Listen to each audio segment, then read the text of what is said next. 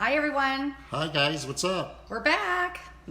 Anyway, so it is Wednesday night, and it's about 7:30, and we're going to just continue on with our story. Yeah, and we're going to talk about going to Colorado. And, you know, as like we said in the last video, we talked about when we got back from Colorado visiting that we had 3 offers, and we accepted one of them, which was a cash offer. Got us to a moving date of June. And I started talking to that builder that we met while we were there.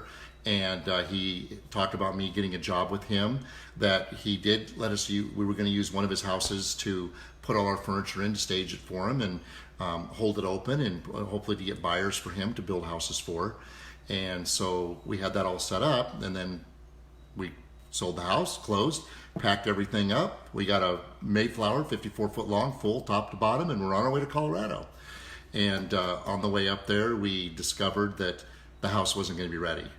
Even though he assured me several times it would be ready, it wasn't going to be ready, and we started to get a little frustrated. He was trying to offer another home in Colorado Springs that was small. It meant that we'd have to move our things twice. Well, we'd have to get storage or put it in the garage. Yeah, or in the garage of the house, but it was really difficult, and we just decided that there was just something wrong here, but we decided to go ahead and let the Mayflower company take our stuff out of the truck at the Mayflower place, wherever their warehouses are. They unloaded it, and we went and found a campsite up in Woodland Park where we were planning on moving into his home, and got into a campsite there. Didn't have any money, as you all know. We talked about that if you saw our 30-minute video, so we don't want to get into too much detail, but there were a few things that happened while we were at the campsite.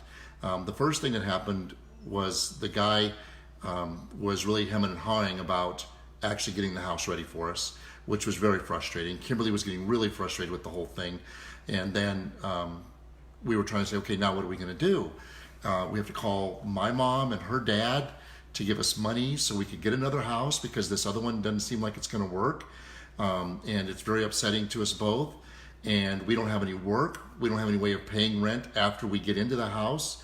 And Kimberly has just reached a point of frustration that all I know is I turn around and she's driving away. Well, we were at the park with the kids, and I was just so frustrated. That's right. We were at the park. And we were kind of like just thinking about, well, what should we do? Should we, we put the options down in our head. Okay, do we put our stuff in storage for long term, get an apartment down in Colorado Springs? Mm-hmm. Do we pack up and go back home? Do we rent a house? That way we don't have to pay for storage. So what we decided was we needed to rent a house. And that's when we really had to go to the parents and say, we need money to get into a house. And yeah, storage in an apartment was every bit as much as just getting into a house and having all our stuff there. So mind you, we had moved a huge Mayflower that would basically furnish a 6,000 square foot home. Mm-hmm. So we had all the stuff. It was all about my stuff. Right. Anyway, it just cracks me up now, though I can laugh about it. Oh, it was so upsetting for her. And now, whenever I see people who have all this stuff, I'm like, oh, don't you want to downsize? Right. Anyway, so then we started looking for homes, and we found this house up at Fluorescent. So it was even further, like closer to Pikes Peak. Right. And I don't know what we were thinking. I mean, I'm thinking, okay, we're going to get a little snow, it's going to be great. It had a 250-foot driveway. Right. So our movers couldn't even get our stuff up the driveway, so they had to get little trucks. Oh, you know what? We ended up renting that house anyway. Right. Well, you kind of sidestepped it because we were at the park. You got really frustrated. Yeah. You were driving away. Okay, so we were at the park. This was before we found the house, and she kind of jumped, but you got to hear this. We were actually just talking about what we should do, but we had no money, and so I was so mad at God at this point that I left. I left him and the kids at the park, and I'm the one with the car, and I cruised, and I just went, I don't know, I must have driven into the mountains more. Like I was going north, mm-hmm. and he could not, I didn't get service. And I was just screaming and crying at God. And I'm like, oh my gosh, I just wanted to die. I didn't even want to live anymore. I was like, I can't believe this is happening to us. And I remember you telling me that one of the things you said to God was that, Lord, you said you will never give me more than I could take. Yeah. And I have had it. This is it. I can't take any more. Now, in the meantime, while I'm standing at the park, trying to get a hold of me, trying to get a hold of her, trying to figure out what to do, I get a phone call. I get a phone call from some people in Gilbert, where I built custom homes and had built this home, and they called me up and said, Jay, I know you met with us about doing the remodel at our home. Could you still do that for us? And right now I'm just thinking we are so desperate that, yeah, I will drive back to Phoenix, leave everybody here, and go back there and do work on that job, and then come back after I've made the money, because it was a fair amount of money. Hint, hint, sign, we Right. should have gone home. Well, Anyway, so I came back to the park anyway after all this happened, and I'm crying, and I'm like, where am I going? Like, I don't even know where I'm going. I have no money. So I turned around and I went back to the park, and he's like, you're not going to believe this, honey. But while you were screaming at were God. screaming and doing that, I got a call, and I'm going back to Phoenix, and I have a job. So we were going to get some money, and I was like, oh my gosh, God is amazing. So that was one of the signs that we were like, wow, God's taking care of us. Yes. And the whole time in Colorado, it was just sign after sign that God was just taking care of us. Yeah. And I think we needed to be there for that. This was the rock bottom, because we were homeless in a tent for a while. At that and moment, then we were still in the campsite. we were still in the campsite. And just a sidestep too. While we were at the campsite, our son almost got kidnapped by somebody who drove by, and he had a white truck, and he called him over, and he was only in 2009, he was only 6 years old. And his sister was with him, and he's just like, come here, little boy. And Rachel was with him over in the playground area. He said, no, Braxton, come here, run. So they ran. We actually had the cops come and everything. Oh my gosh, that was scary.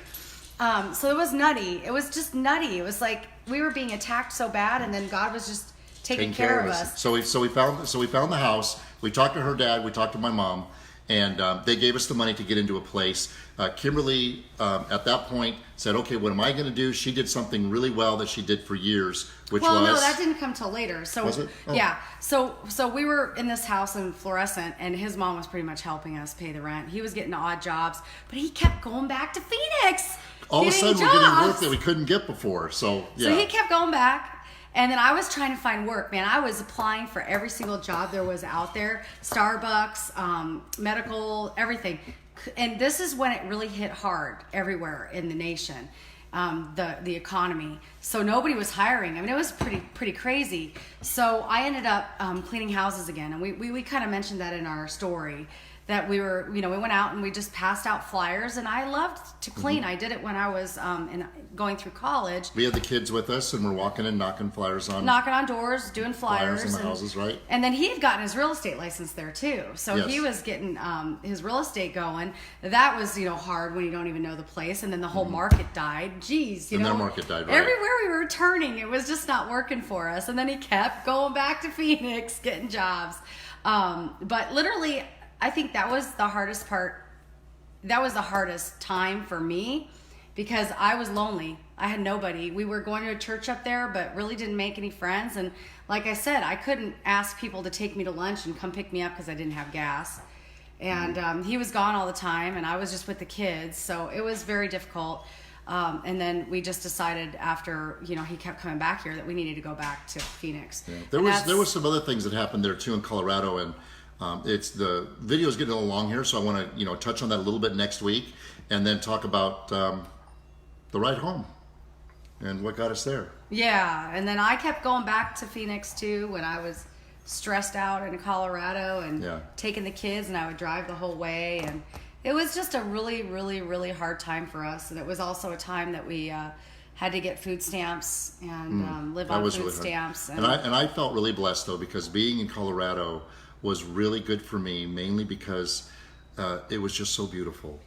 He loved the beautifulness, we were at 10,000 but I didn't feet. like the snow. Yeah, we were at 10,000 feet. It was the middle of summer. They said it was one of the best summers they'd had. As I was driving down into some work that I did get down in Colorado Springs, I was driving through the meadows and down the mountain, into Colorado Springs. Pikes Peak was at my right, and it was just beautiful and beautiful relaxing. Country. And I really tried to just, keep my mind and God in the middle of it, and He was really there. And I want to touch a little bit about some of the work that we did there, a couple of the miracles that God gave us that shocked us, and things we could only attest that it had to be God. But anyways, thank you so much for listening to us, and we'll have a blessed week. A little bit more, and then just one last thing is, I did post earlier today about the Weekend to Remember coming up. It's June 28th, 29th, and 30th at the Westin Kierland, and you get $100 off for your registration for a couple if you use OCC Renew, and then the room you get a discounted rate. We always say stay Saturday night because that's like the date night, and it's just the most amazing event. So God bless you guys. Thanks for watching, and we'll talk to you soon. Jeanette.